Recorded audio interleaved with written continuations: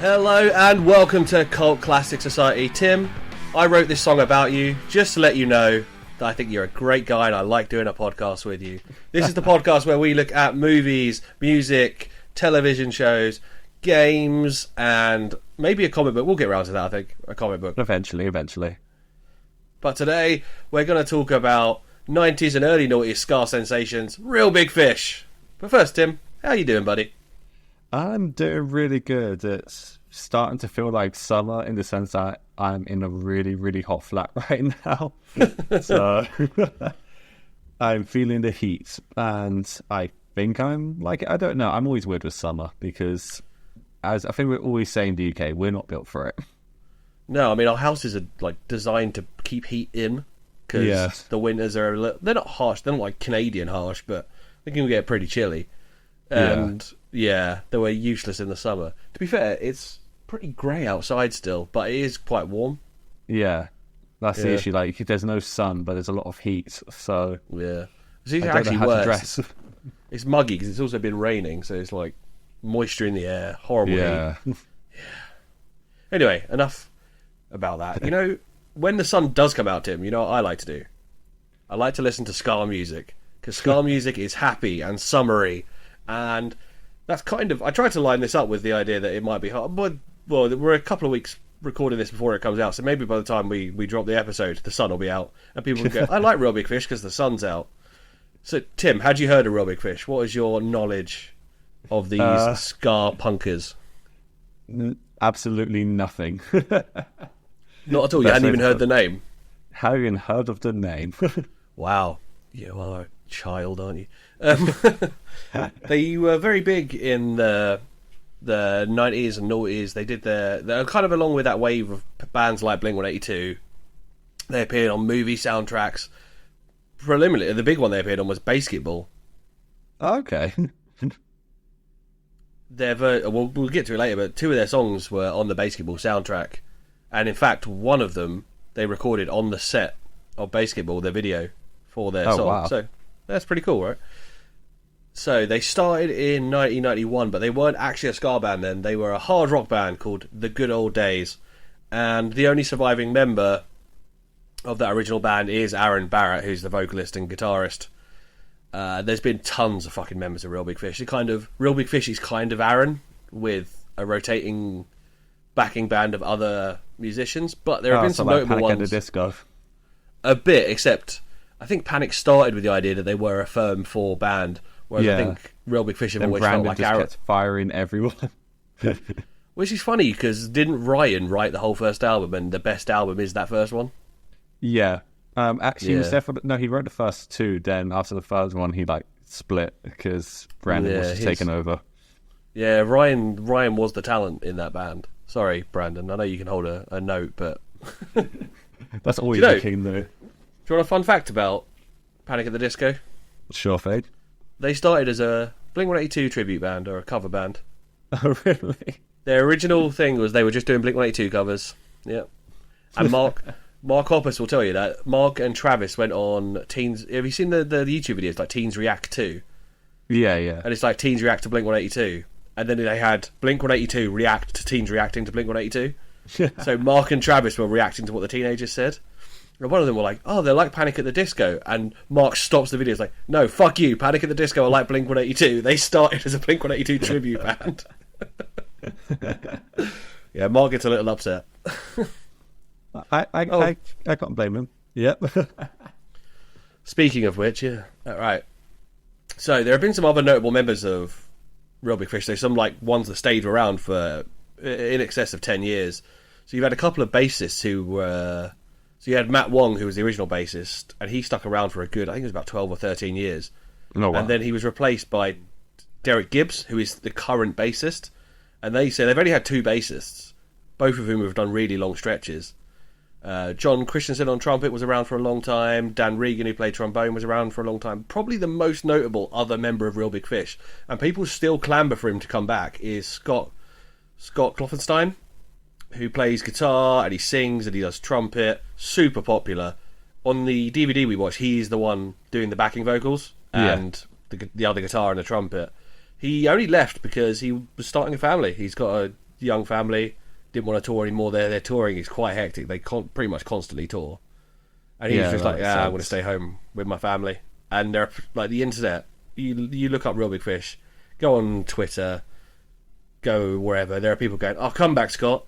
Come back, please." And I get why. He's really talented. He's really talented, and he's Aaron's got a lot of character and he's very big. But Scott was as well. Scott joined in with that, and not many of the others do. Yeah. And I think people miss Scott for that. Plus, like you said, the talent he brings another vocal range that Aaron doesn't have, and yeah,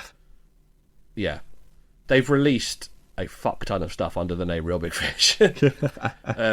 First album, Everything Sucks, 95. Most songs were recorded in a shitty studio, and half the band were still in high school. Oh wow! But everything on there was or nearly everything on there was re-recorded and displaced over the next couple of albums. So if you go listen to their versions on there, they're not very well recorded. They're not great. I've listened to Everything Sucks a couple of times, but I wouldn't bother because there's better versions of those songs re-recorded later. Yeah. Then they did Turn Off Your Radio in 96, or Turn the Radio Off, which is a really weird way of saying it, but it's a lyric from one of their other songs. That was half of songs from Everything Sucks. They did Why Do They Rock So Hard in 98, another load of those songs went on that. Cheer Up in 2002. And then what we're going to look at from 2002 also is Favourite Noise. Technically a best of, but what I wanted to do, the reason I wanted to do it is because it kind of encapsulates the 90s period of their career. There's only a couple of songs that from later on. There's a song from Cheer Up which come out just after it, which is weird. But I wanted to do Favourite Noise for that reason. I wanted to encapsulate that first bit of their career where they really got bigger. Makes sense. After that, they did a few more albums. We're Not Happy Till You're Not Happy, great title, 2005. Their live album was called Our Live Album Is Better Than Your Live Album, 2006. Monkeys for Nothing and The Chimps for Free, 2007. They did Fame, Fortune and Fornication in 2009, which is just covers. Oh, wow. Candy Coated Fury in 2012. Life Sucks, Let's Dance in 2018. And they've done a bunch of comps that of various things. They've done like a greatest hits, which they didn't want people to buy because they left their record label because they were unhappy. And then their record label, who owned the tracks from before that, just put them out as a greatest hits. So they asked that no one buy that. They've done two other best of. They've done one called Skarcoustic, which is some of their songs just done acoustically. And they've done one called Vive la Internet, which I can't remember what that is. But they've done loads. They've been around a long time, 30 odd years. 30 years next year, so there's a lot of releases in that time. But like I said, we're going to start with Favourite Noise, which I actually, when I first found it, wasn't aware that it was a greatest hits. It's not really marketed as a greatest hits because it's just called Favourite Noise. Yeah, it doesn't say Favourite Noise, the best of Real Big Fish. So we're gonna start with Favourite Noise. So you've not really listened. You're not listened to much ska at all, have you? No, the only time I listen to ska was when we did Streetlight. Yeah, and Streetlight are a very different vein of ska. Yeah. More serious, a bit heavier, and a lot of ska is like this, a little bit more light-hearted and fun. Oh, okay. Yeah, so we're going to start with Everything Sucks, the first track on Favourite Noise. What did you think of Everything Sucks, Tim? I thought it was really good. I love the fast-paced nature of it. It was very chaotic song is the best way to put it, and I just found it a lot of fun to listen to. Thought it was absolutely incredible. I like that their songs, there's only 4 different things their songs are about, and one of them is about either themselves being a band / other bands, and this one is about another ska band that they're jealous of. Yeah. and one of the... So it's kind of... I think it's about a time, probably the 90s, they're trying to tell a story of when they're on their way up and the little ska scene in California that was going on. And they're like, well, I went down to the show. Everybody was there. I didn't want to go because everything they do is so fucking cool. Every song is a hit and the girls like them too. I can't do that, so I'm giving up again. And it's like, oh, wow, you're not a fan of these guys, are you? Whoever they are. Got a feeling it might be Suburban Rhythm, who we'll talk about a bit later. The brass section doing essentially the guitar riff, I love that bit. Yeah, I thought really that was cool. just incredible. This was originally recorded on that first album, Everything Sucks. Yeah. Also, track. was redone on their Ska Acoustic as well. And it's on like all the best ofs. It's one of their big hits. And yeah, it's just a banger. I love this song. It's one of those ones that if I do like a summer playlist, there's probably 2 or 3 Real Big Fish songs that are going to be on there. This is one of them. Was any Real Big Fish on your birthday playlist last year? Almost certainly. Yeah. Almost certainly. So yeah, my birthday's in the middle of summer as well, so you come over, man. There's going to be... I know, to be fair, it pissed down last year when you came over. Yeah. But there was almost certainly be some Real Big Fish on there. Just a moment was like a little bit so dry, like no rain was all around into your garden. It's like, quick. Quick, light the barbecue. The Kids Don't Like It is the second track. That's again about being in a band. It's about trying to write music that the kids will like. Yeah. And they don't really like... Real Big Fish don't do subtlety at all. So I think Aaron like tries to like write little stories for the songs. I think most of their songs are like... They don't have... So like Streetlight, for example, like we just discussed, have like overarching themes. Yeah. So war and like lateral thinking and stuff like that. They talk about bigger things. Whereas I think Real Big Fish just write little stories in song form. Which I think wrote in one of my notes actually that it's because the songs, like, not in a negative way, are very surface level. Like you know exactly the point he's getting across in these lyrics. Oh, there's no subtlety. There's much there's nothing really to like analyze with the lyrics. Like what he's saying is exactly what he means. Yeah, so like I think we spent our Streetlight episode. What was it? Nearly 2 hours, and we only did 2 albums, right? And we broke them down, and there's just so much meaning in like subversive meaning in different lyrics. And no, Real Big Fish, a lot like I think later on Blink-182, just to go over the kind of 3 musical artists I've thrown up for episodes we've done. Blink, they kind of in their early stuff were very surface level, and they move on later to having a bit more meaning in songs. But Real Big Fish have stayed there, and even their late stuff, they're just having fun most of the time. I think sometimes that's what you need. So you don't need like deep meaningful lyrics all the time. No. If you only listen to deep, meaningful stuff, you end up being very, very sad, Tim. Yeah. Check out our Streetlight Manifesto and Sleep Token episodes. Sleep Token. I mean, I don't even think you can hold them in the same level. Sleep Token are way more miserable. Yeah. I'd say Streetlight are quite political, whereas Sleep Token are like metal emo. Like, just the girl's gone. She's gone. I had a friend after our Sleep Token episode. You're not going to like this.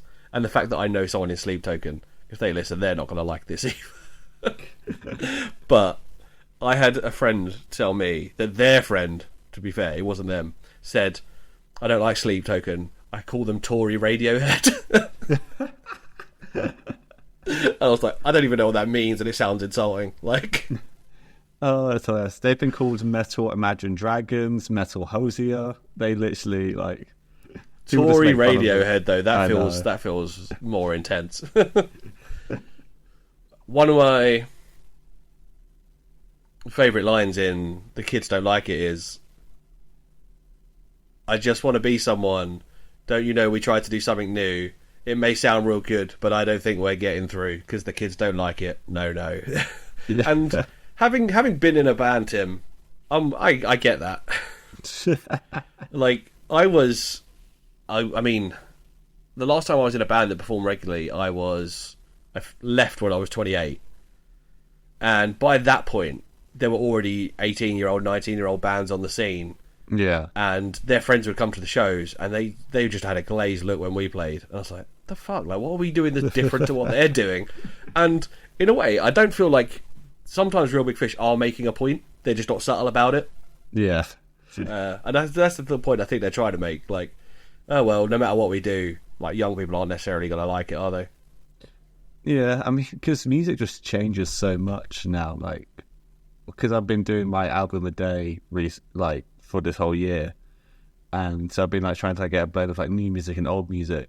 And a lot of the recent stuff, it's very just like techno heavy, but then it's also this weird like I don't care attitude. Yeah. But it just comes off more less. See, like, that's punk rock cynical. though. I don't care is punk rock. I know, but they don't do it in a proper like da da da da da. They don't go like I guess blah blah, and people like that. I don't get it myself. Right, Tim, you've listened to a ton of albums this year. Oh, Actually, let's 150.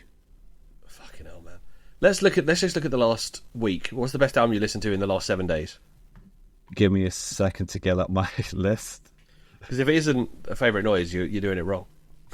I hadn't even considered that. I'm actually playing into your hand by picking music because I assume the day you listened to this, you did listen to Yeah, I logged it. Yeah.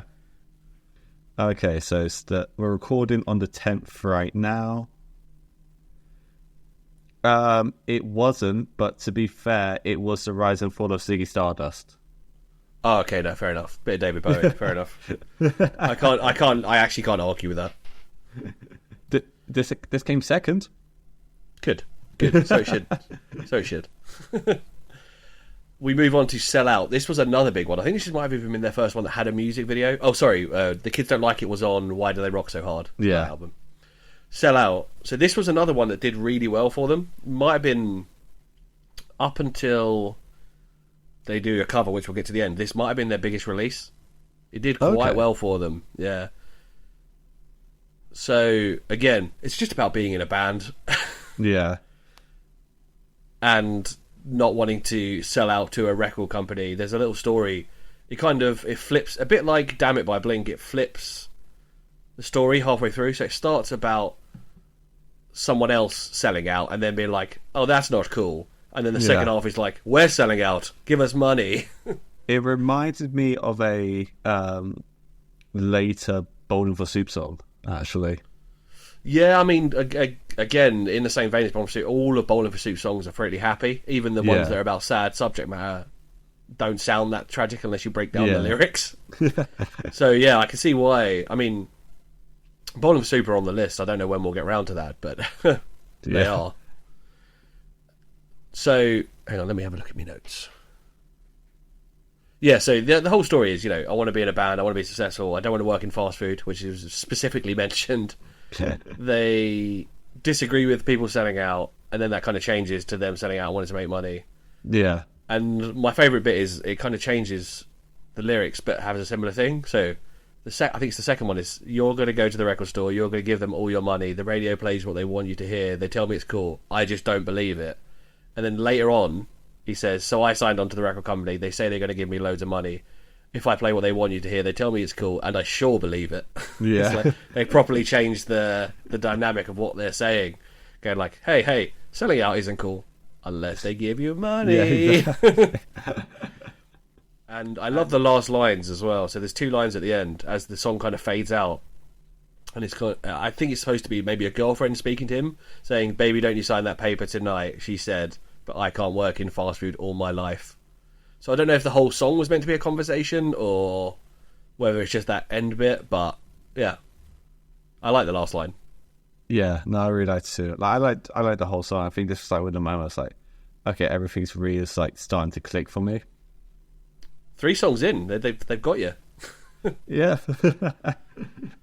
So that's from. I actually didn't put on my notes what that's from. I think that is from the first album, though. I think that's from Everything Sucks. I might be wrong. You know what they say? If you put content out that's got wrong information on it, you're more likely to get engagement because people want to correct you. So if I'm wrong, come at me. That's why I purposely sprinkle misinformation in every episode I host now. Oh yeah, there was a guy who commented on our Blink-182 episode saying I got something wrong. It's like, you don't think I did that on purpose? I didn't. I just fucked it up. But that's fine. It got your engagement, didn't it? It got your engagement. The next song is I Want Your Girlfriend to Be My Girlfriend Too. I love this song. It's so stupid. It's and fucking hilarious. Yeah. So it kind of speaks for itself. He fancies his pal's girlfriend. The line that she's so cute, I don't know what... no, she's so cute, I'm going to lose my mind. I don't know what to do. Maybe I should kill you. Quite intense. It's also got a fucking banging guitar solo. And you see it live. Aaron is very talented. Yeah. He runs lead guitar. No, he does. So a lot of lead singers who play guitar as well will do the rhythm because it's easier. He doesn't do that. It's a bit like Tim Minchin on the piano, man. Like the vocals and the harmony don't, and the melody don't necessarily go together, and yet he manages to do them at the same time. He's talent. He's unbelievably talented. I've got a little story about this song though. Well, so when I was in my very first band, I was 17, and we actually played a couple of shows, but we played a full set. We did a charity show, and it was at my old school, which was funny. But we did a charity thing, or we did nearly an hour, and we were six. Oh wow! Between us, we were six. There was 4 of us. We were 16 and 17, respectively, and it was 50% originals, 50% covers. At the time, our singer had a girlfriend, and we always made a joke that she was like the hottest one of like all the people we hung out with. The girlfriend's super hot, like, and the drummer used to really go off on the idea that like, oh mate, I'd hit on you, I want you, and then me, the bassist, and the drummer, I was playing guitar and doing backing vocals at the time. We learnt this song without the singer, and the singer loved Real Big Fish as well. We had a set list on the stage. We knew where we had planted this song in the set. And he goes, the next song is so and so. I can't remember what the next song was going to be. And we go, 1 second, Rick. We're just going to do a little interlude. I'll bleep that name. I wasn't going to say who it was. And then the bassist just goes, da da da da da da da da da da, and the singer just goes, I hate you all. And we did the song, and he actually joined in because he loves them. Yeah. So he got in on it in the end. Yeah, well, in the end, mate, the song started and he just joined in. Like, he hadn't rehearsed it with us. He knew like 99% of the words anyway. I think he let us do some of the ones that he weren't 100% sure on, but he knew the words anyway. It was good fun. That song was originally on Why Do They Rock So Hard, so that was a slightly later one. Next we have SR, which stands for Suburban Rhythm. Which they say a lot in this song. Yes, they do. And they ask a question right at the beginning. Whatever happened to Suburban Rhythm? Why did Ed and Scott quit? Who knows? Who knows why Ed and Scott quit? I did a bit of research. I've never actually looked into it. I didn't even know 100% if Suburban Rhythm were a real band. Yeah. Turns out they were. They were they were like the biggest band on that scene that Real Big Fish were on. And then they randomly, after being the biggest band, 2 of them just left, Ed and Scott. And they were apparently in the middle of recording an album when they left. And the 3 or 4, might even be more tracks than that, tracks that were finished, the rest of them just put out and were like, well, this is what we've got. Sorry. And there they go. They just disappear. Oh, okay, so it was like there's never been like official confirmation. Not that I could see. I mean, I'm not a fan, and I haven't like spent my entire... I'm not going to lie, I didn't spend longer than 15 minutes trying to find out. but I'm sure that like big fans of the Suburban Rhythm may well... I mean, even there's not a lot on Spotify. There's a couple of tracks which are on compilations. So the compilations obviously got permission to put the songs on. Yeah. But I can't find much about them at all, really, apart from the fact they did exist. The song's about how good Suburban Rhythm were and how everyone else on the scene is shit. Literally, one of the lines is, whatever happened to Suburban Rhythm, all the other bands are just shit. They slag themselves off as well. They say, well, the Real Big Fish, they think they've got it made. They signed the record company, they got to get paid, but they mess up on the lyrics and they got no style. They got to get it right, but it might take a while. This is more kind of... I'd say this actually... Suburban Rhythm is actually a bit more akin to reggae than ska. Yeah. It's a bit slower, a bit more... in that reggae vein, but I mean, ska in its infancy, kind of in the 70s, was an offshoot of reggae. Yeah, it's kind of it's a bit faster and throw a bit of rock in, and you've got ska. I was gonna say, Aaron's like vocals in this song gave me like a lot of Vanilla Ice vibes. I think that's an insult. No, I'm not insulting him. It's just it was the first thing that popped to my head, seeing hearing a white guy do cheesy like rhyming stuff, reggae vocals. Yeah, no, yeah. I know exactly where you're coming from. I think what is, and it's the same thing I think with Hugh Laurie doing blues music. It comes from a place of genuine love for the music. So you think, well, yeah, fair enough. Well, it's not like a piss take, I wouldn't say. Yeah. Yeah, this SR was originally on Turn the Radio Off. Oh, okay. Yeah. The next song, You Don't Know, which has one of the best opening lines of any song ever. Did you note it down? I did not. The opening line of You Don't Know is, well, first of all, I'd like to say, fuck off. Which I nearly opened this podcast with, but, you know. Maybe I should have. Maybe we'll re-record the intro. No, we won't. No, we're keeping the original. And I just love this. It's quite cheesy because it just goes off like, this may come as kind of a surprise. And then there's like, surprise. Clearly the narrator is giving his like opinion about someone and he doesn't give a fuck. It feels like how a Londoner's internal monologue might be.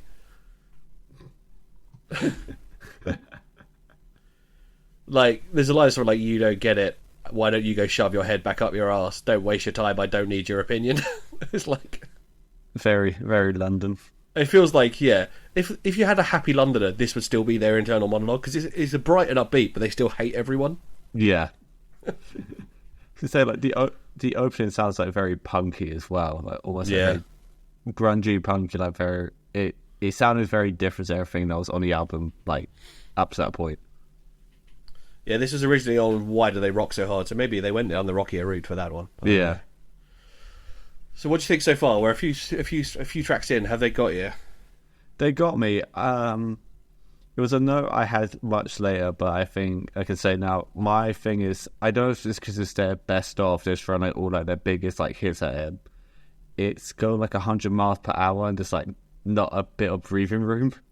Oh yeah, 100%. But that is just them anyway. Like we'll say it. We'll see it when we talk about the live show. Yeah, but they do go 100 miles an hour. Like I imagine they come off stage, especially now. They're all in their 40s, maybe even 50s. They must come off stage and just go to sleep, like just drenched in sweat. Yeah. Next song is Trendy. What did you think of Trendy, Tim? I really liked it. It was a nice fun song about also, you know, needs to be part of the crowd because to be trendy and everything. And I was like still enjoying it, still like tapping my foot along the entire time. The opening line might be the stupidest line they do in any song, which is just everybody's doing the fish. Yeah. I don't know what everybody's doing the fish means. Just doing that. Yeah. Well, yeah, so like you said, it's about like being trendy and being like one of the crowd. Yeah. And one of the lines is, it's not so bad being trendy, everyone who looks like me is my friend.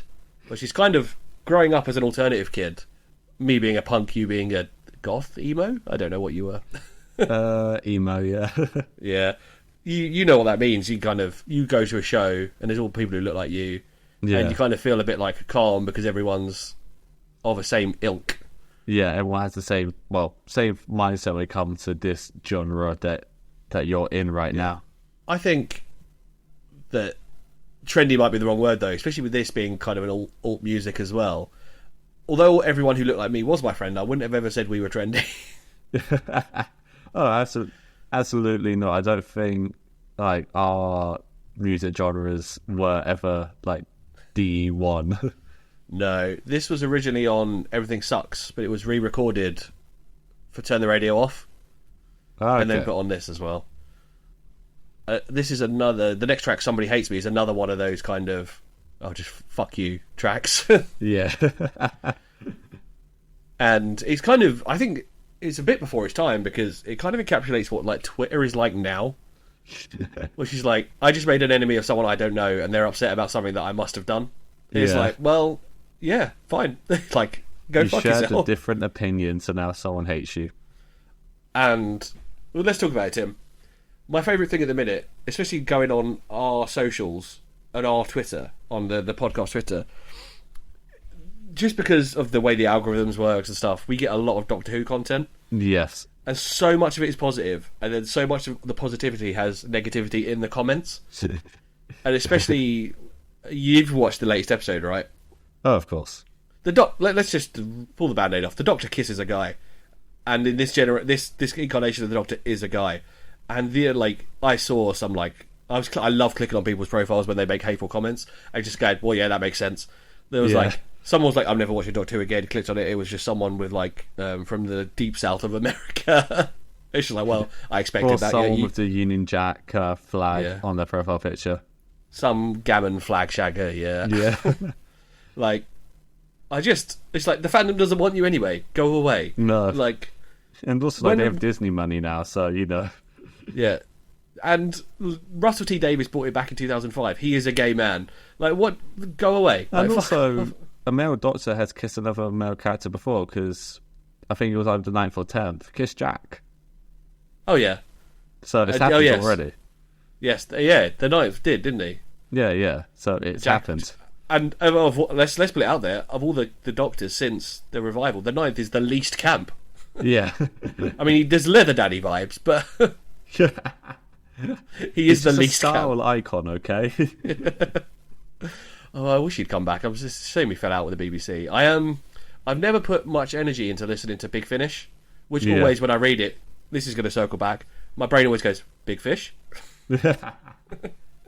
But I've never listened to Big Finish, but there's a part of me that really wants to listen to the Ninth Doctor stuff for those extra Ninth Doctors. I've listened to a couple of his eps. They're really good. Just a shame that Big Finish is bloody expensive. Yes, I that's the thing that stopped me. I wish, and I know they've said that paying everyone, all these famous actors, is expensive and it's hard to maintain. Yeah, I argue that the 1,000 people that are going to spend £35 on one adventure, you could easily quadruple that and have a £10 a month subscription fee. Yeah, that's what I've been wondering, why they haven't done yet. And if you want, you can do fucking tiers where you have a certain level for the non things where you have the impersonators do the classic Doctors, then a medium tier for the classic Doctors, and then a high tier for the modern Big Doctors. Finish don't just do Doctor Who; they do loads of shit. They do Unity, Torchwood. You could just say for one series, i.e. Doctor Who itself, that's £9 or £8. But if you want all of Big Finish's library, it's £17 a month. Yeah, exactly. They've got massive. It's not just Doctor Who and Doctor Who related. There's loads of stuff. There's Star Trek stuff on there. Yeah, exactly. So yeah, I don't know why they don't do that.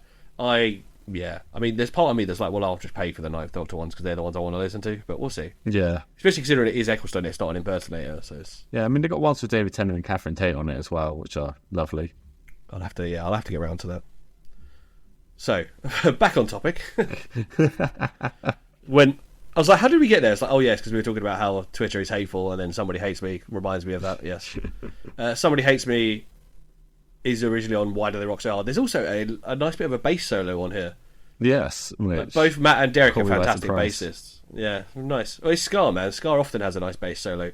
It's one thing that I'd say there's a lot of similarities between punk rock and pop punk and Scar. But one thing that is different is the bassist is always has to be good in a Scar band, I think. Yeah. Whereas in pop punk and punk rock, they just kind of tend to be doing the root note of the guitar. So, okay. Yeah. I'm not saying that is a flat, that is always what's happening, but that tends to be the way. Next song, A Little Doubt Goes a Long Way. This one is about meeting a girl, Yes. But he already has a girlfriend. What does he do? So it's essentially about a piece of shit, and yeah, he puts himself in. He asks about he's kind of quizzing himself as do I be a dickhead and hook up with this girl even though I already have a girlfriend? But he then also posits, this new one might be the one. Yeah, this was originally released. So this is one of the weird ones. This was the one that's on Cheer Up, but Cheer Up comes out 2 months after this. So weirdly, it originally got released on this, which is a greatest hits. Oh, okay. Which I have had, sometimes bonus tracks on greatest hits are unreleased material. Yeah. So Blink's greatest hits has their cover of Another Girl, Another Planet, which was only used for Meet the Barkers, Travis's reality show that he did. Let's say how Eminem has Fack on Curtain Call. Yeah, exactly. Absolute grace. I was gonna say this is where I found myself zoning out and forgetting to take notes. I was just enjoying the music so much. Yeah, this is. So I've just got the note here about one of the lyrics. I gotta go before I do something stupid. I gotta go before I do something lame. So it's the character, the narrator. It always feels because they're like stories. They have a narrator. Yeah. So it feels like the narrator knows that, you know, if he was to hook up with her, this would be a dickhead thing to do. Yeah. But he still ponders it in his head. He considers it. My headcanon, he leaves before he does something lame. Yeah. Because he's a Scar Kid, and Scar Kids are nice, right? They all wear their blazers and their checkered Vans, and they're nice people. But if he was a metal kid... Yeah. Oh, yeah. Scumbag. Fucking scumbag. Yeah. That's not true. Metal kids are lovely, too. Most In fact, of them. I'd say actually pretty much like the majority of people who listen to alt music tend to be nice. Yeah. Because most of us were marginalised as teenagers and Yeah. pushed to the side, so we end up being quite nice. The setup, brackets, you need this. It seems to be about like a one-sided relationship, or even like a fling where someone's into the other person but the other one isn't. And there's a line, I guess it's not fair for me to not care, and I don't. It's like, well, okay. And there's a bit like, you think that I'm a great guy and you want me to want you, but I don't want you.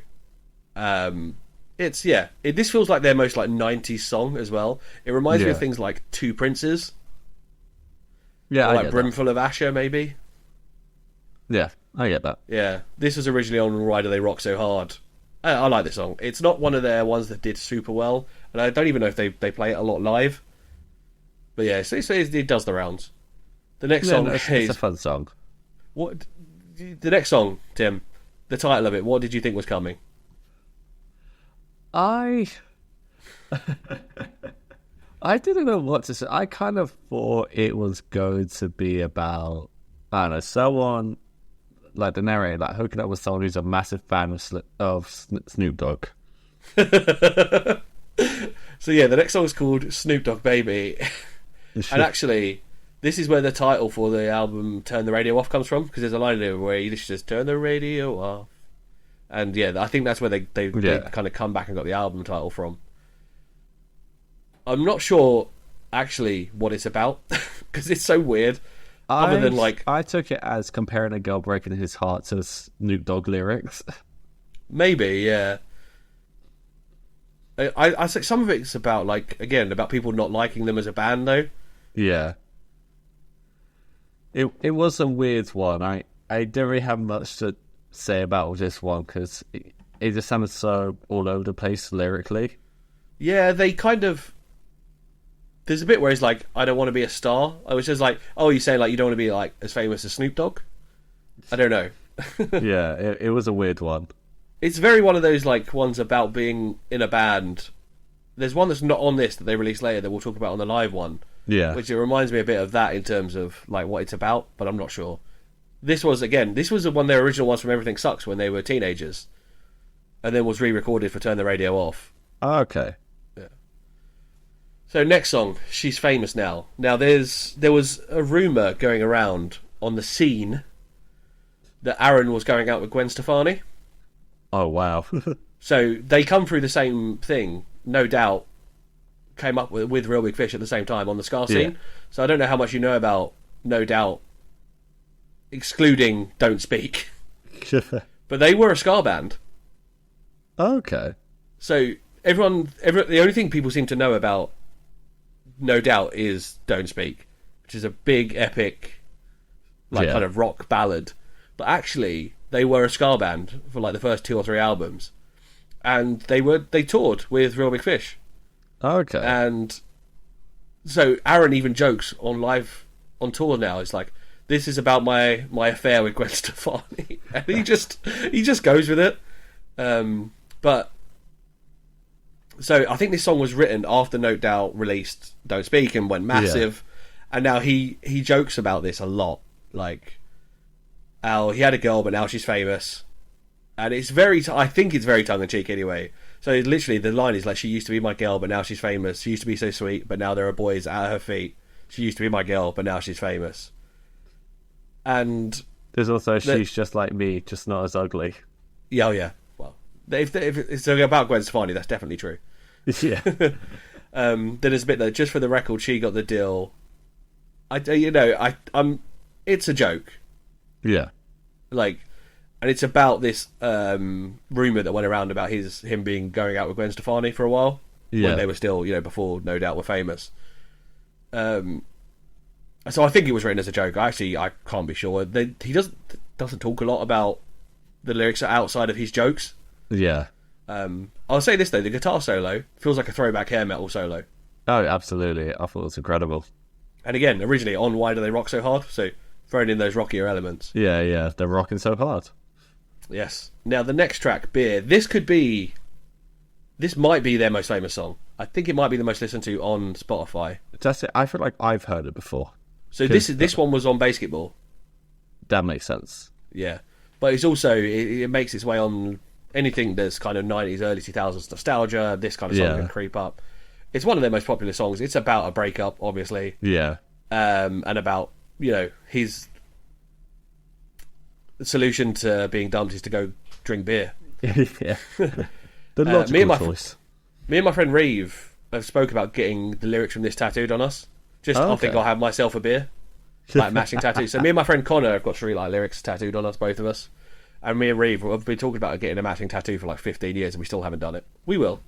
We now use the same tattoo artist, which didn't happen before, so that might make things easier. It was on Basketball. Some of the lyrics in this are great. She called me late last night to say she loved me so, but then I guess she changed her mind. I think I'll have myself a beer, but I can't live without her, so I won't even try. It's very obvious what it's about. One of the best lines is, if I get drunk, I'll pass out on the floor now, baby, because you won't bother me no more. So he's literally getting so drunk that he's not bothered about her anymore. Yeah. What's great about this, again, another very rocky guitar solo, but what's great about this is one of those ones that was off Everything Sucks. So they wrote this when they were super young, and it's still possibly their most popular song. Imagine writing something really catchy. Imagine writing something at 18, 19, and it going to be your most popular song on a career that spans 20 years. I know, it's insane. Or 30 years nearly. Fucking hell, yeah. Originally on Everything Sucks, re-recorded for Turn the Radio Off. I love this song. Beer is probably the song that was on my playlist when you came over. Most likely. That is normally ranked number 1 on my Real Big Fish songs. I might throw in... I love Real Big Fish, and I love loads of their songs. But if I have to pick... Quite often I have rules on myself in my playlists. And it's often only 1 song per artist. Makes sense. And if I do that, it's probably going to be Beer. I may throw it up with She's Famous Now, or I Want Your Girlfriend to Be My Girlfriend, or She Has a Girlfriend Now. But that is usually Beer. Yeah. The next song is I'll Never Be. It's about being famous again. It's clearly one of their favourite subjects, is about being in a famous band. Yeah. This one's also about having having self-doubt about being a rock star as well. So they're famous now. So I met a woman who forgot about her boyfriend because of me. Again, it's another one of those tongue-in-cheek ones. The lyrics are I'll never be a rock and roll star. Yeah. And it's about being I only want to be a rock star to get paid, but I don't get paid. So Problems of being a small band. Well, probably at the time when they recorded that.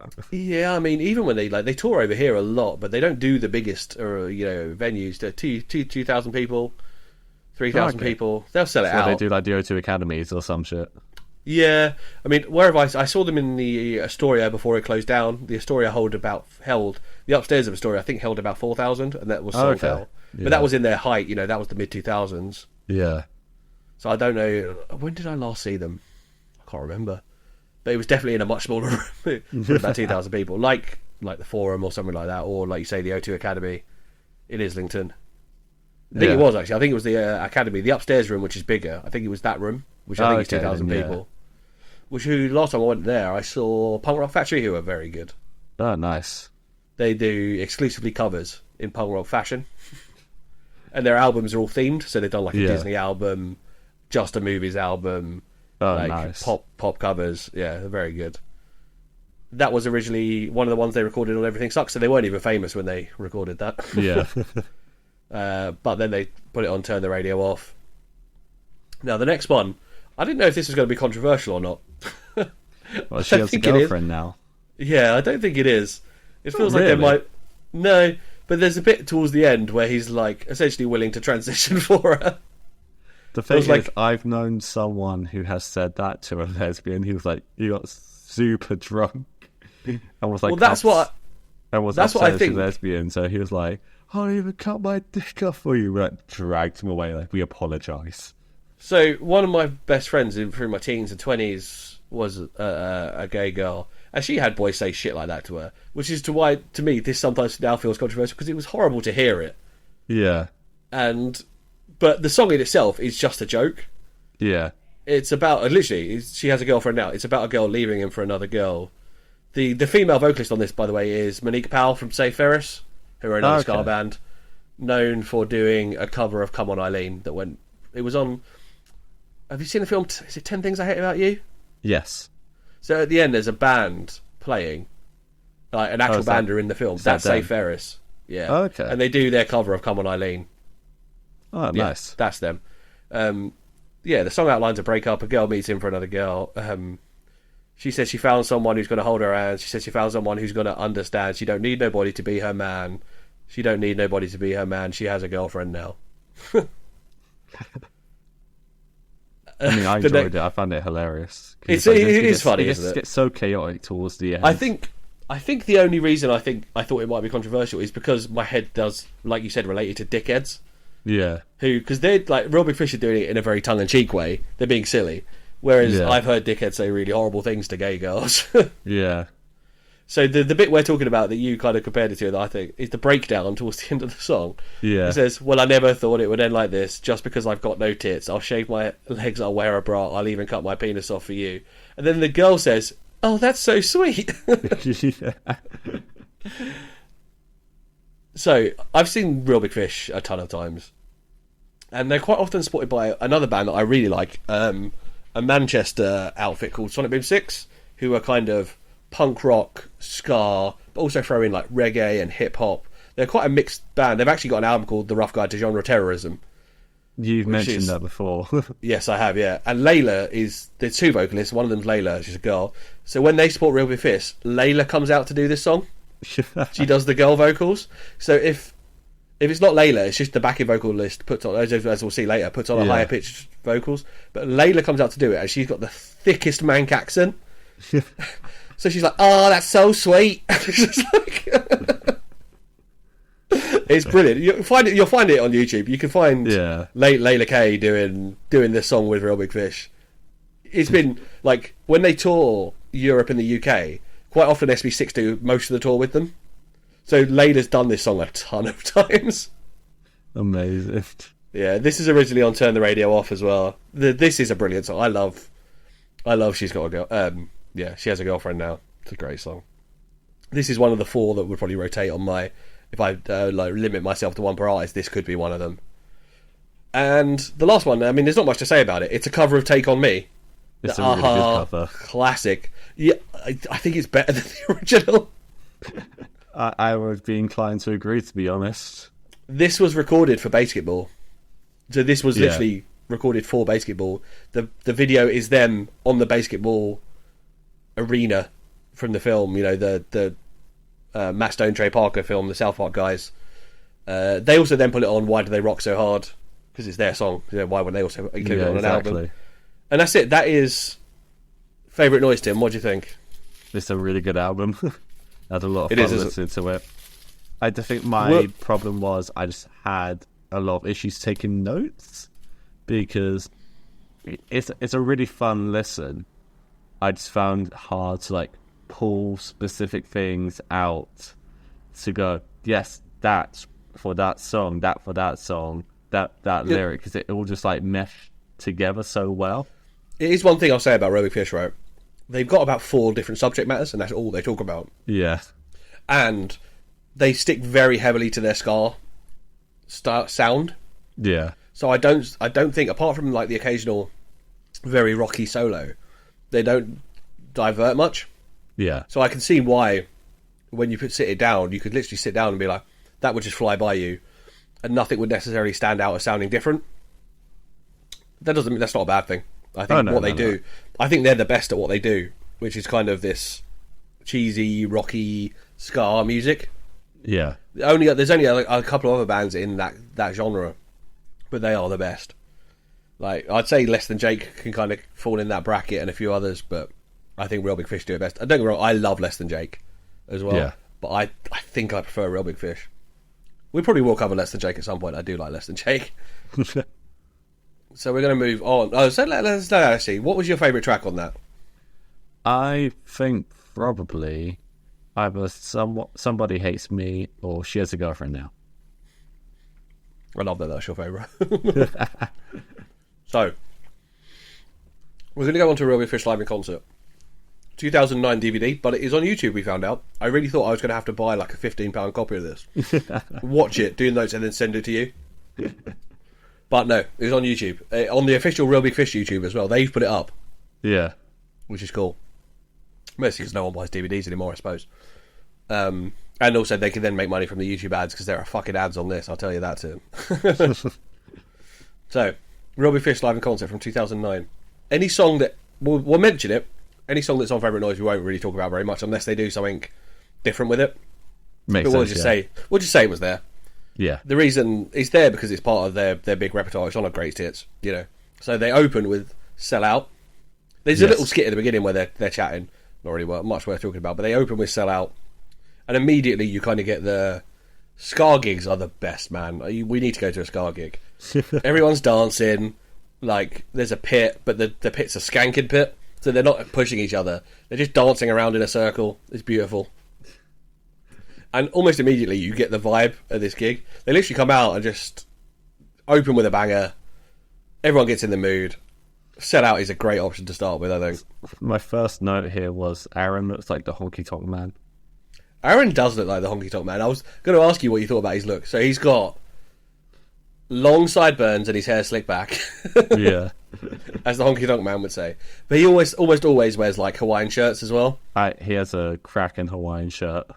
Yeah, so what it is, it's a rockabilly, isn't it? It's a rockabilly look, which was kind of taken from people like Elvis and adapted a bit. So like a leery shirt, but with like a coiffed hair and big sideburns. And he's had that look since the 90s. That's him. It's never going away. No. The second song is just called Another FU Song. Big Blink vibes from this song. Yeah, for sure. So they've got a couple of these on nearly every album. They're literally, I think, they tongue-in-cheek called it Another FU Song because they've got so many songs that are just like, fuck off. Like, did you take any notes on the lyrics of this? Because they're I would say they're avant-garde. They're almost poetry. I did know, because it was just basically then go, fuck you, fuck off, fuck you. Fuck everything, but fuck you the most. Fuck everyone, but fuck you the most. With a big rusty pole and a splintery post. Yeah, fuck you the most. Fuck you. Shakespeare himself did not create such lyricism. Yeah, I've always... You remember, we could go all the way back to episode 3 where I said Thomas Kalnoky is possibly one of the best lyricists alive, and what he writes is like poetry. Aaron's close, you know. Aaron's close. That was originally on Monkeys for Nothing and the Chimps for Free from 2007. So that's actually, you know, considering this is 2009, that's a later track. Next is I Want Your Girlfriend to Be My Girlfriend. Just, you know, they smashed that song. It's the song we've just spoken about. Fucking great song. I just like at the end of it where he's interacting with the crowd. It's like, I don't really want your girlfriend. So the next track is I'm Her Man. And this is kind of about... It's like the opposite of I Want Your Girlfriend to Be My Girlfriend. It's about someone else like cracking on your girlfriend. Yeah. But this guy, but actually not like... You take a song like Jolene, where it feels like the other person could legitimately take your partner. This isn't that. This other guy is actually just a creep. Yeah, it's like, what the fuck are you doing? So there's like a line that's... I can see you looking down her shirt. I can see you lifting up her skirt. I'm only going to tell you once. You better stay away from my girlfriend. I'm going to skip it where he repeats the line. I'm just going to give you a warning so you don't get no broken bones. You better leave my girl alone. It's like, yeah, this guy needs beating up. Yes. Yeah. So, again, it feels... Because it's a ska song, and it does feel like a bookend of I Want Your Girlfriend to Be My Girlfriend. Maybe it's the response to that. Maybe the narrator of I Want Your Girlfriend is actually a creep, and he's actually looked down her shirt and lifted up her skirt, and this is the response. Yeah. I don't know. They go well together. The fact that they put them back to back, I don't know. It's from the same album as well as another FU song is from The Monkeys for Nothing, 2007. They jump into Everything Sucks, which we already spoke about. Really great live, though. Like, the pit goes fucking mental. I was going to say, it feels like the stage is too small for the band because you have Aaron just, like, running around. Oh, yeah. The entire thing. It's not like they do stadiums either. So it's not like he's got that space. He makes the most of the little space he has. Yeah. The next track is I'm the Bad Guy. You know, they repeat the line I'm the bad guy a ton of times. But this is about... I love how before they go into the song, they start with them going, remember we played Everything Sucks? How great that was? Yeah. So again, a lot like Blink, just bigging themselves up. Yeah. Because like there was a point, it was in the Coachella set, wasn't it, with Blink, where at the end of every song, Tom's like, aren't we fucking amazing? Yeah, he repeats the line I'm the bad guy like a shit ton of times. To set the scene, the verse is, this is not a song about the girl that got away, this is not a song about the girl who never loved me. Once again, I've made somebody cry, once again, I'm the bad guy. So this is about the guy. They've done one of the other songs we spoke about was like this, where they're just a dick, like they're like in a one-sided relationship. He's an arsehole. I didn't care that she'd do anything for me. I didn't care that she would sell her soul to serve me.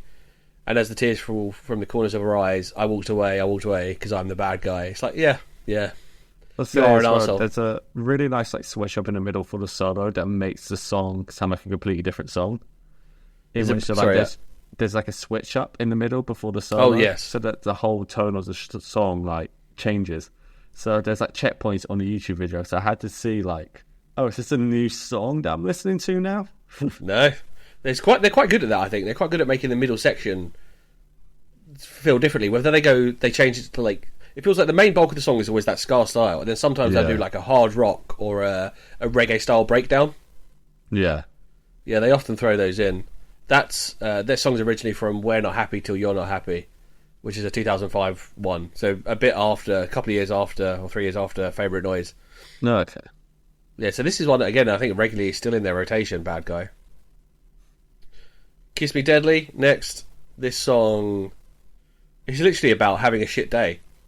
Yeah. So it's, the first couple of verses are like, oh, mate.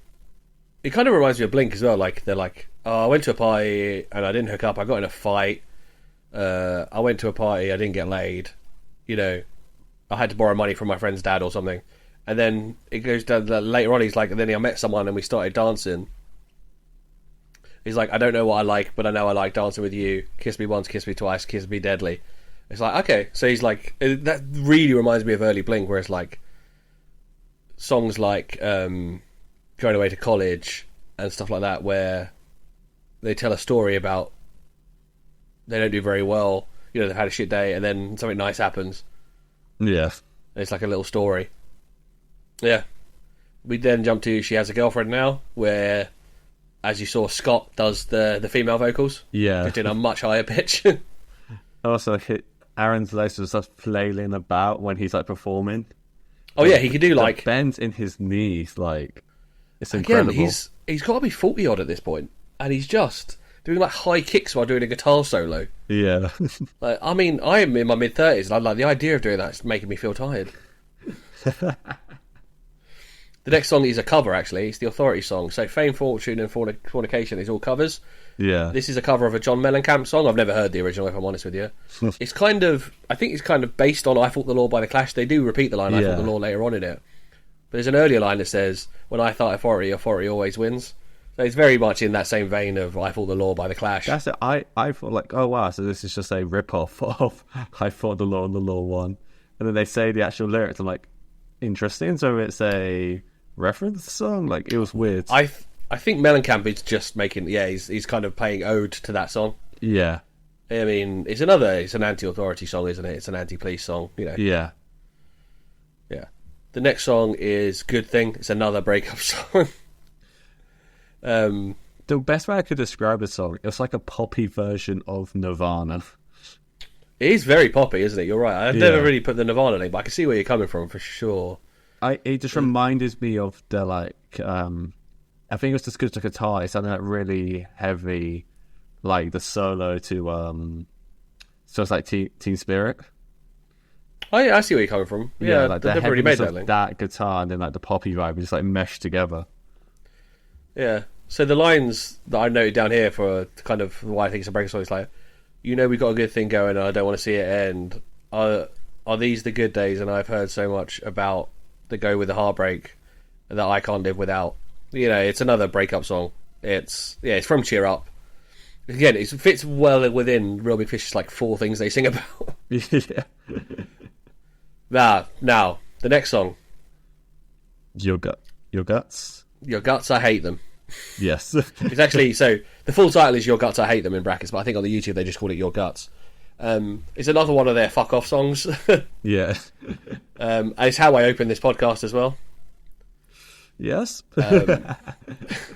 So the opening lines are, I wrote this song about you, I wrote this song about you, just to let you know that I hate your guts, and I think you suck.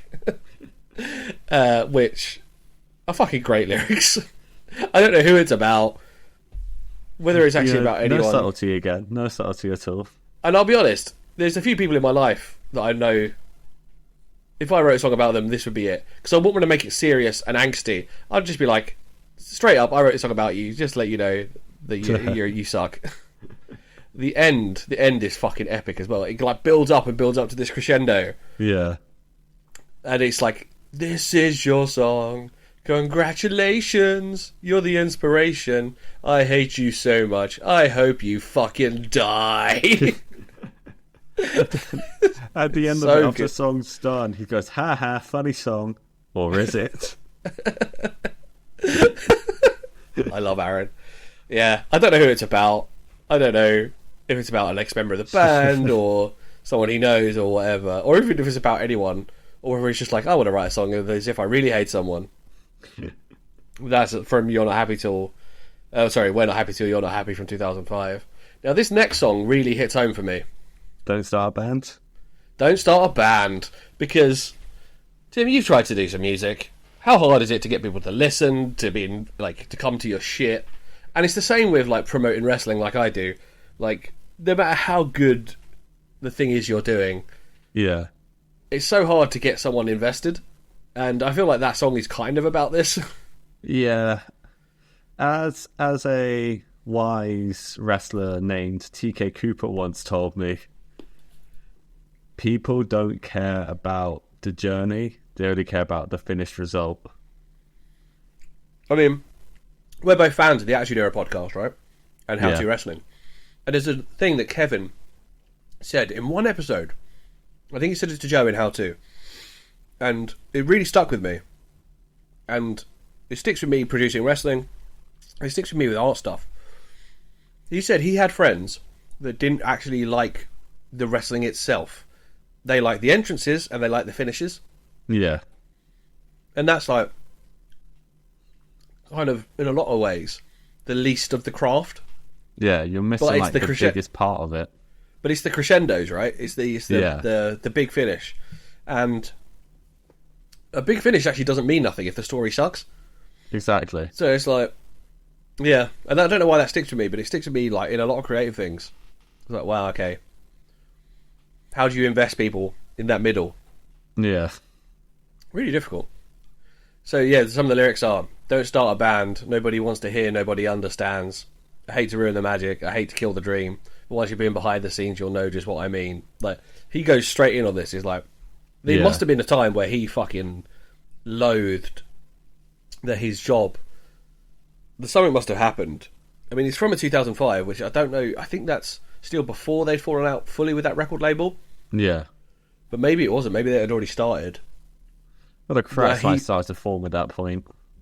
Yeah, again, there's no subtlety to this, but he's laying down everything he hates about being in the music industry. Yeah. And it's like, even if you make it all the way to MTV, I don't think you could take it, all the bullshit and the greed. Everyone is so fake when they shake your hand and they kiss your ass because you're making cash. And the business end will turn every friend into an enemy, you will see. It's like, well, fuck me, he is... Yeah, Jesus. He is jaded about being a musician, right? I think that's maybe why he keeps, like... Real Big Fish is Aaron plus others. Yeah. And maybe that's why he keeps it this way now. Because I don't think many of the others have much investment in writing. And like maybe they, the bassist will write the bass line. But I don't think any of them write lyrics or anything like that. I might be wrong. Yeah. Come at me in the comments if I'm wrong. Spread information, remember, for the engagement. Yes. So yeah, it's about being jaded, that's for sure. I know there was a big falling out with their record company, but I'm sure it was afterwards. Yeah. This is from We're Not Happy Till You're Not Happy. I love that, like, he says that, I messed up the guitar solo, I want to do it again. So then he just does it again. Yeah. He is who he is, and he's very much in that vein of Mark Hoppus and Tom DeLonge.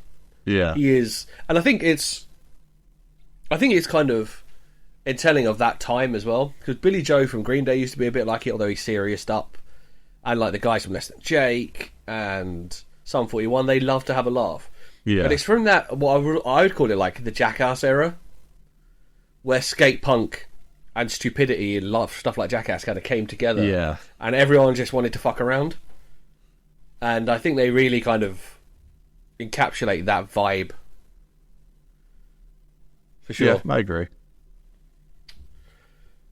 We've got a few tracks that I'm just going to skip over next, because they do You Don't Know, which we spoke about. They do Somebody Hates Me, which we spoke about. They also do Nothing But a Good Time, which is a Poison cover, and I don't like Poison, so I'm going to... Unless you've got something to say about that song, I'm leaving. I said the guitar solo. Yeah, it's the Poison. It's, hair metal. Hair metal's not my thing, Tim. There's a new version of You, which actually isn't a song that I'm super familiar with. It's just not one that's been on my playlists or whatever. Oh, okay. But they play, and the fact that it was on this, I was quite surprised that they play it live and chose to play it on the DVD recording. But it's about another one about the end of a relationship, saying that the partner is cooler than the narrator, which I thought was quite funny. It's again though, both of those kind of topics fit well within the Real Big Fish vibe.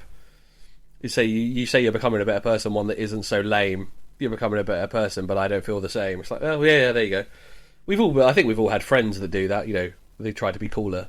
Yeah. Like maybe leave your little nerd group that you're in. Then they come crawling back. They always come crawling back, Timothy. They always come crawling back. Where Have You Been? This one's quite like the most tragic of all the kind of breakup songs, because it's kind of like they say it like it's post breakup for a few years.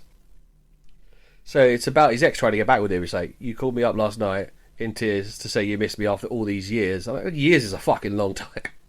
Yeah, like, could you imagine, like, I don't know. I mean, I think a lot of people have had an ex kind of come crawling back after weeks, maybe a couple of months. Yeah, but years. I don't think I've ever heard anyone have years. I've had years. Oh yeah, you told me about this recently, actually. Yeah, it's been. We won't discuss on the podcast for obvious reasons, but it's been interesting. We'll talk about it when we hit stop. Yeah. Yeah, it feels like it's a bit of a tragedy. It's like, and it is one of the more minor sounding songs. I think it's more rocky than it is scarry. That's for sure. Yeah, absolutely. It's like, I've been waiting here for so long. I've gotten over it since you've been gone. You called me up late last night again and said you're finished with your new boyfriend. Asked if you could come back home. That suggests that somewhere would you still call somewhere home after like 3 years. Yeah, I feel like that's like real emotional blackmail. Like, oh, absolutely. It feels like this ex has got like nowhere to go, so they're like, oh shit. Do they still? I'll emotionally blackmail them. I'll call it home.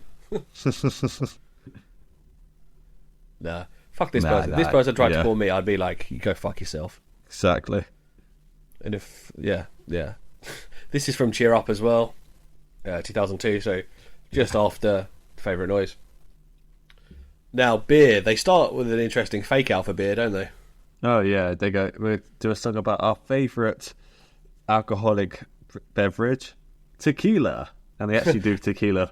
They do, because tequila's like just a repeat, isn't it? It's like, but they just do it once round. Yeah, they do one round, they do tequila. Just kidding, beer. And then they go straight into Beer, and the crowd goes fucking mental. Yeah. It's like, it always reminds me of this song. There's a couple of songs that when I've seen bands live, the crowd go insane for. This one, when I saw Rancid, it was Ruby Soho. Like, there's just certain songs that just send a whole venue over the edge. Yeah. Yeah, so good. I think it's the same with Slipknot, like Before I Forget or Duality. Yeah, like those two songs, especially when Corey does like the solo stuff, he'll perform those two songs live as well. And the crowd just goes insane. Yeah. He fucking knows. When I saw Rancid at Brixton Academy, Brixton is a big venue. Yeah. I'd never seen anything like it. The whole of Brixton Academy turned into a mosh pit. That's insane. Yeah, it was so good. Next, we've got SR, the many stylings of. Yes. Now, Tim, this is interesting. What did you think of this? So they do it in the reggae style first, like, okay. Then I saw like on the checkpoint, like, this goes on for 8 minutes. Yeah. What's happening here? And then they go, we are masters of musical styles, and as masters, we can do it in any style. And they do a punk style, which was like, this is Bobby's jam. Obviously, you recognised where the Masters thing they were doing comes from. Oh yeah, Masters of Puppets. So yeah, they do, and they actually, the whole band play the note as well. They do the dun dun dun dun, and they say it. They say it like 3 times between each version. Yeah. And sometimes you see the look on Aaron's face where he's like, I'm going to do it again. I'm going to say Masters again. And they say it so often. And there's a moment they do quietly as well to go, Masters. So yeah, first they do the punk rock version, which isn't that dissimilar to the reggae version. It's just kind of sped up a bit. Yeah. And a bit fun. And then they do the blues version. Yeah, which I actually fucked with. I thought it was really good. Yeah, it's so good, right? They had even another thing of Scott's talent. Scott pulls out a harmonica. Yeah. Does a harmonica, and then he does the singing for this one. And he's like he does, and this in the country one, which is a bit later, he does the proper like bluegrass, like It's really good. And then they do disco. Loved it. Including some of the band doing that. Oi, oi. Yeah. And so then they do country western. So, I don't think we explained this properly, actually. They're still doing the same song over and over again. So they're repeating the song, just doing it in different stylings. Yeah. And so this isn't the first time they do it. They do it on their live album as well. They do the country and western one. Scott sings again, and he's like, please don't go, no God, don't go. Like, he just adds bits to it. And then they go full Tim Stylies. They do 2 Tim Stylies ones. They do death metal, yeah. I mean, to be fair, he wasn't doing any lyrics then, but he nailed it perfectly. Oh, yeah. I mean, show someone who's never listened to any death metal that, and then show a real death metal band and tell them, like, what's the difference? Yeah, he's just making noises. Yeah. And now the next one, they don't actually clarify what it is, but they do it on the live album, and they call it the emo version. Yeah, I put, like, metal/emo. Yeah. So it's, like, proper, like, a slower intro, like, separate notes rather than the actual, like the up strokes for ska. And I think it's Aaron does the soft vocals, then Scott does the heavy vocals, or the other way around. I can't remember which way around it goes, but they do that. They do the proper, like, the emo dual vocals. They're like, and then there's 2 other versions on the live album. So they do all those ones, plus they do a garage rock one, which is like the Strokes. There's like a down, and then they do an old school rap version. Oh god! Which the intro is like down. It's so good. And the actual album version is called Suburban Rhythm: The Many Versions of. Yeah. I don't know why they chose Suburban Rhythm. I don't know why this is the one they do it on. Maybe it just lends itself better to being adapted. Yeah, but it's so good. It definitely sounds like the easiest one for them to adapt, because it's such a basic, like, rhythm and rhyme structure they can easily just, like, take. I mean, including the original, we got 7 versions of it on this, and there's 9 on the live album. And we finish with Take On Me cover. Yeah, which I actually think sounds better live. Just send the crowd home happy, innit? Yeah. Take On Me, Tim. Take me on. I'll be fucking gone. Banging. Yeah. Oh man, if only they could. It would have been funny if, like, somehow on the edit, you know, the video for Take On Me is like the line drawings, isn't it? Yeah. Maybe they managed to get that, like, the live version to look like that. That would be funny. But no, it was great. Fucking the crowd go mental for Take On Me. Yeah. Everyone knows the words. It's like part of the zeitgeist since the 80s. I feel like kids. It's only like in the last kind of 15 years that newer people listening to music don't know what it is. So it's like, yeah. Take On Me, banger, encapsulating It's funny, isn't it? Because like, it's from the 80s, that song, and they're kind of, I'd say, Real Big Fish are very much of the 90s and early 2000s kind of zeitgeist, as I said, following that kind of let's just have a laugh kind of mentality. Like, you know, with the films as well, like, not just Jackass, like I said, but like American Pie and all that kind of shit. I'm pretty sure they're on American Pie soundtrack, at least one of them. They must be. Yeah. And just films of that ilk and music of this ilk. I honestly, like, there's a part of me, Tim, that just wants to turn all my selections. Everything goes from 1990 through to 2006. And I'm just going to call, like, you know, rename this the, like, I don't know, fucking skate punk, pop, nostalgia, teen movie podcast. And just live in that pocket that I lived so happily in as a teenager. You were a kid, so you don't, like, probably have the nostalgia for some of it that I do. No, I do not. So I'm going to try to get out of your comfort zone. I'll drag you right out of your comfort zone. Right into the 90s. Let's go. You've heard I'm Blue by Eiffel 45 or whatever they're called, right? Eiffel 65, yeah. 65, yeah. Yeah, let's brimful of Asher, let's do this. Let's go.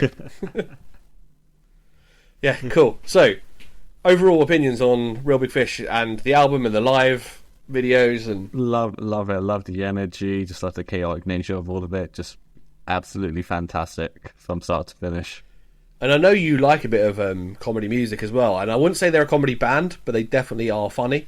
Yeah, it's like Blink in the sense that they're not a comedy band, but the way they make everything very humorous. They're not like writing jokes, but they're saying funny things. Yeah, for sure. It's just to make you feel good and like if you laugh while you're doing it. Yeah, but it's not like to be like down and heavy or whatever. No, like I also in my playlist I do a kind of like segment them in styles as well, and like that kind of happy punk and ska section is nearly always the first section I do. Like 15 to 20 songs of just good happy shit. Yeah, I can believe that. That's my vibe. That's where I live, Tim. I live in that good happy shit. I don't love depressing music. I don't love depressing movies and TV. That's why you're here, to depress me, right? I generally, like, my vibe is comedy and happy stuff. So, you know. Yeah. So, go on then. What are you going to depress me with next time? The most depressing thing ever. So, at the time we're recording this, a certain villain is making their way back into the theatrical world. Okay. Feathers McGraw from Wallace and Gromit. I've seen this and I was like, he's not talking about that. He's talking about his Joker sooner than I realised. No, yeah, I'm in. I fucking love Wallace and Gromit. And I want to celebrate this by watching all 4 Wallace and Gromit short films because they're only half an hour each. They're all on BCI player. I'm fucking in. I love Wallace and Gromit. So I've got the DVDs. So we have A Grand Day Out, The Wrong Trousers, A Close Shave, and A Matter of Loaf and Death. It feels a depressing ending on A Matter of Life and Death because it's definitely the weakest one. But let's we'll talk about that next time. We'll talk about when we get there. But you know, now we have a 5th one on the way as well at the end of the year. So Aardman, man, I love Aardman. Let's do this. It's British culture. Let's go. Yeah, we are doing Wallace and Gromit. Oh, I'm so in. Good choice, Tim. Good fucking choice. But until then, Bobby, where can they find you on the socials? bdavis_creative on the Instagram. I need to post a bit more than I have. I've been lacking because there's some, big things going on in my personal life, Tim. I haven't been posting as much, but I will get back on that soon. And on the Twitter machine at just bdaviscreative, no underscore. I'm pretty sure they wouldn't let me have an underscore, that's why there isn't, even though all of my fucking artwork for my creative stuff, it has an underscore in it as part of the branding. I again mostly talk about wrestling shit on there and interact with wrestlers and retweet about purpose and try to just have a good positive time on a platform that is slowly submerging into the depths of murky water. What about you, Tim? Where are you? You can find me on all socials at the Tim Martini, mainly active on Instagram, where I just post dumb shit on my stories and then promote my music when it's time to do so. Yeah, I'm glad I'm on your close friend stories. That shit gets weird. It gets great. What are you on about? It's where the true chaos shines. Oh, It's where you get all the drunk posted. yeah. There is quite a bit of that. These things, you know what? Like, because the initial idea for this podcast was that we're at different ages, 10 years difference, and we kind of have different like orientations. Yeah. I thought we'd generally be more different, and we're not. We're just so fucking similar. It kind of negates the idea of that podcast. We like so much of the same shit and have a similar sense of humour. And it's only when I see you posting at like 4 a.m. that you're still drinking that I remember that you're that much younger than me. I'm like, oh yeah, he's 12. You're like, why is Tim still out? Yes, yeah, it kind of is that. Genuinely, I think it was about 4 or 5 weeks ago. I woke up, went on my phone, and I think there was a video that was only from an hour before of you going home. I'm like, fuck me. Oh god, yeah, I try to remember what the context of that was. You was on a train, and you were like, yeah, I'm just going home from a night out. I was like, fucking hell. Oh god, yeah. Yeah, that's my life. I run into drunk wrestlers as well. That's always fun. Nice. So, socials at CC Society Pod on most things. You can find us there. Twitter, Threads, Instagram, TikTok, at CC Society Pod at gmail.com for an email if you want to email us anything. Topics, if you want to give me a diatribe of all the things I get wrong on here that I will then respond with. I don't really care. I'm just trying to enjoy my things. The whole premise of this podcast wasn't that I kept... Yeah. I know, I will respond. The whole premise of this podcast isn't necessarily about the facts. It's about kind of what you take from the art pieces we're looking at. Yeah. But yeah. Although I do try to get my facts right, but sometimes. What else and have we got, Tim? obviously, if you're watching us on YouTube, subscribe. If you're listening to us on Spotify or whatever podcast sites you are listening to, review us, give us a 5-star review. Also, follow us so then you can see when the latest episode is out. Follow us, like us, subscribe to us, all that thing. I don't turn on notifications for anyone, so don't do that if you don't want to. Just know that, every other Monday, I'll get it right, Tim. Every other Monday, this drops into your little podcast device. The other thing I was going to say is actually we have stopped doing nerd news. We've got lives going on and jobs and stuff. It was too much.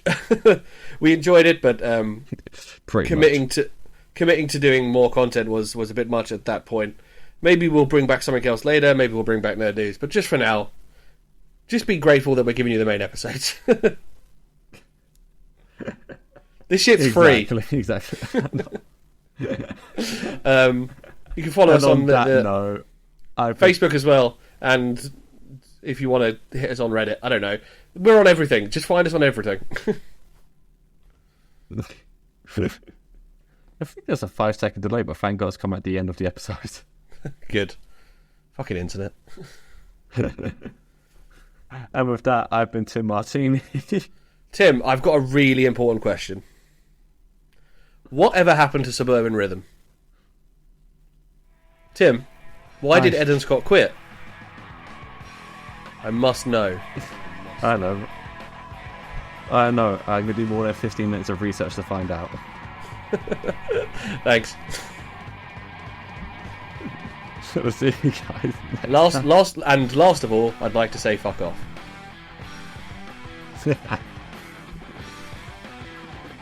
See you guys.